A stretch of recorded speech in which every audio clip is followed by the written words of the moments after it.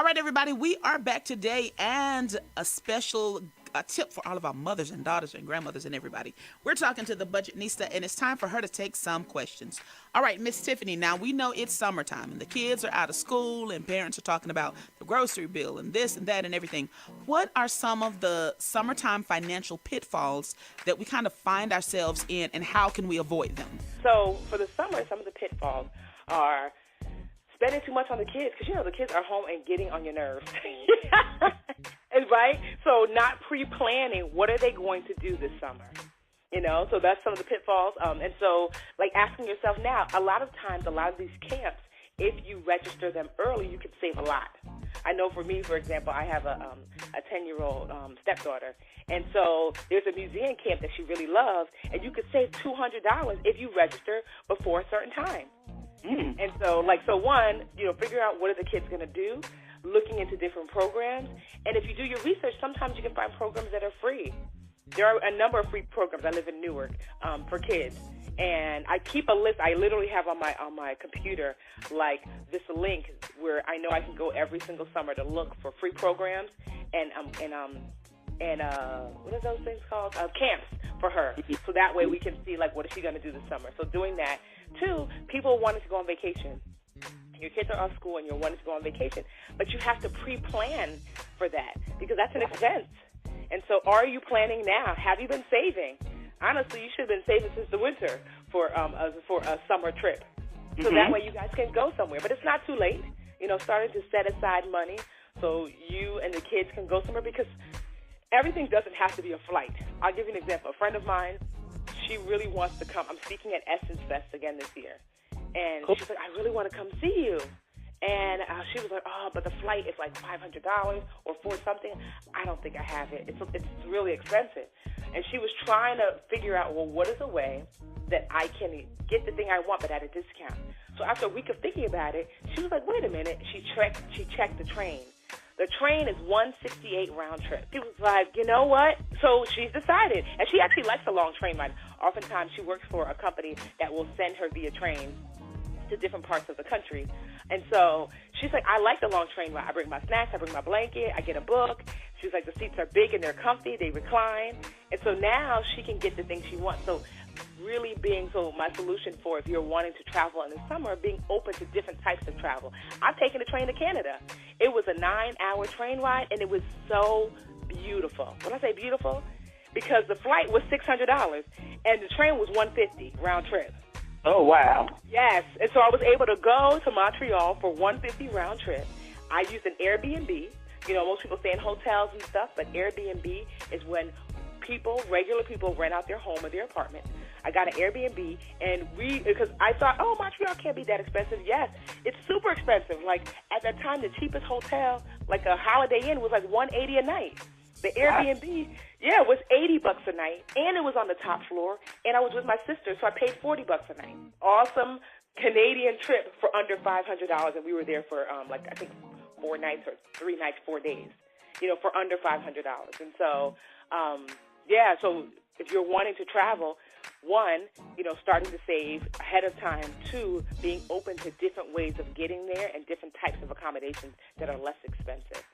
Those are some of the 2 biggest things I think people get tripped up about during the summer is where are we going to go and what are we going to do with the kids? So we know that May means graduation. We have tons of students that will be entering college for the first time, as well as tons of returning students in the fall. So what tips do you have for our college students? So 1, I tell college students, you want to be mindful of how much you're spending when you're on campus. So really sticking to cash and your debit card. A lot of college students get swayed by credit cards because credit card companies prey on college students because they know you don't have any cents, right? I'm not saying that to be, they're just like, because you don't realize, like you start to swipe in and you're like, wait, I got to pay this back. Yes, you do. And so really, really, really trying to stay away from credit cards in college. So that's 1. 2, find out at your college that you're going to. If you're not going to a community college already, find out at your college, is there a partner community college? Most of them have them. Like, what community college could I go to that you guys take all the credit for? Ask, because then during the summer, you could take community college credits that will be fully accepted by your college. So one, you can either graduate on time for sure or sooner.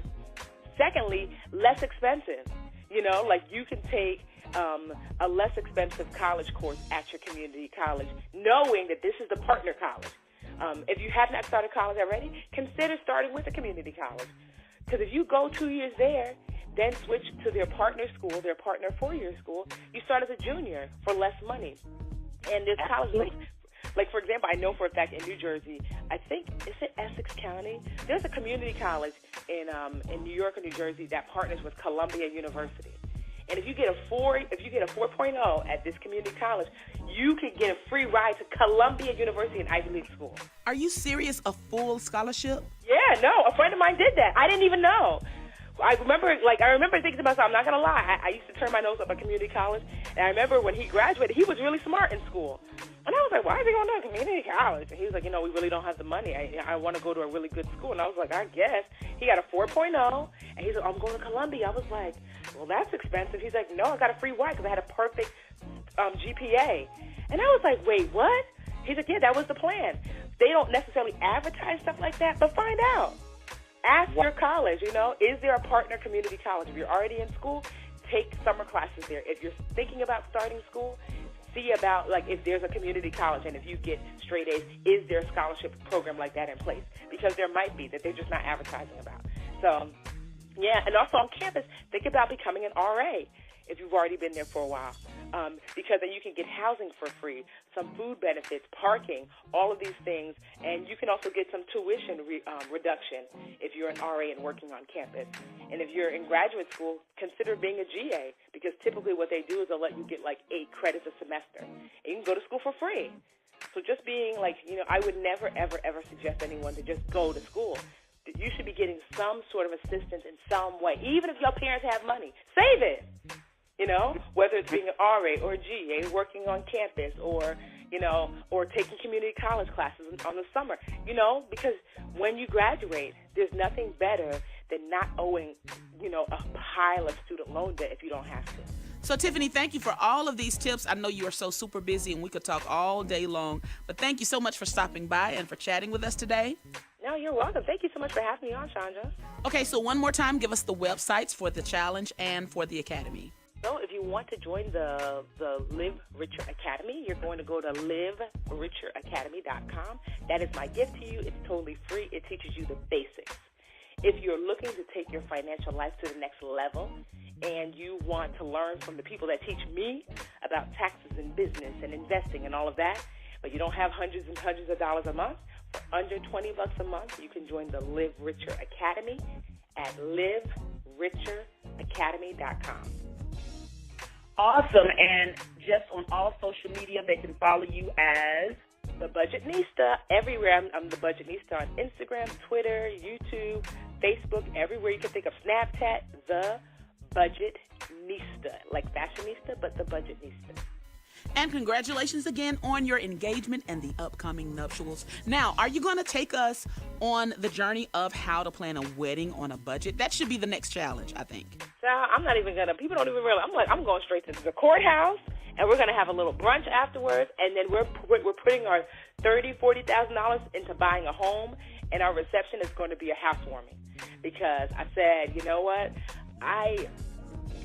having a wedding to me was never this big thing that I wanted. I said instead, really, I'm 37 now. Maybe if I was still in my 20s, I'd be like, oh, okay. But I'm like, I'm 37 now. And it just does not, I've been to enough weddings to be like, I'm okay. That instead, I really want to build a life together. I want that our goal, me and my fiance, our goal is by 45 to be completely financially independent, meaning that we don't have to work if we don't want to, although we will. That's in line with our goal, is to save those tens of thousands of dollars and put it toward buying investment property, a multifamily house, so we can start building that. Because I already have my own business, and this would be his. Well, there it is right there in a nutshell. So that's it. Yeah, thank you so much. Thank you, Tiffany. Have a great day, guys. Make sure that you sign up for the challenge. Listen, stick around. We have more great gospel music on the way. You don't want to miss it, so make sure that you stay right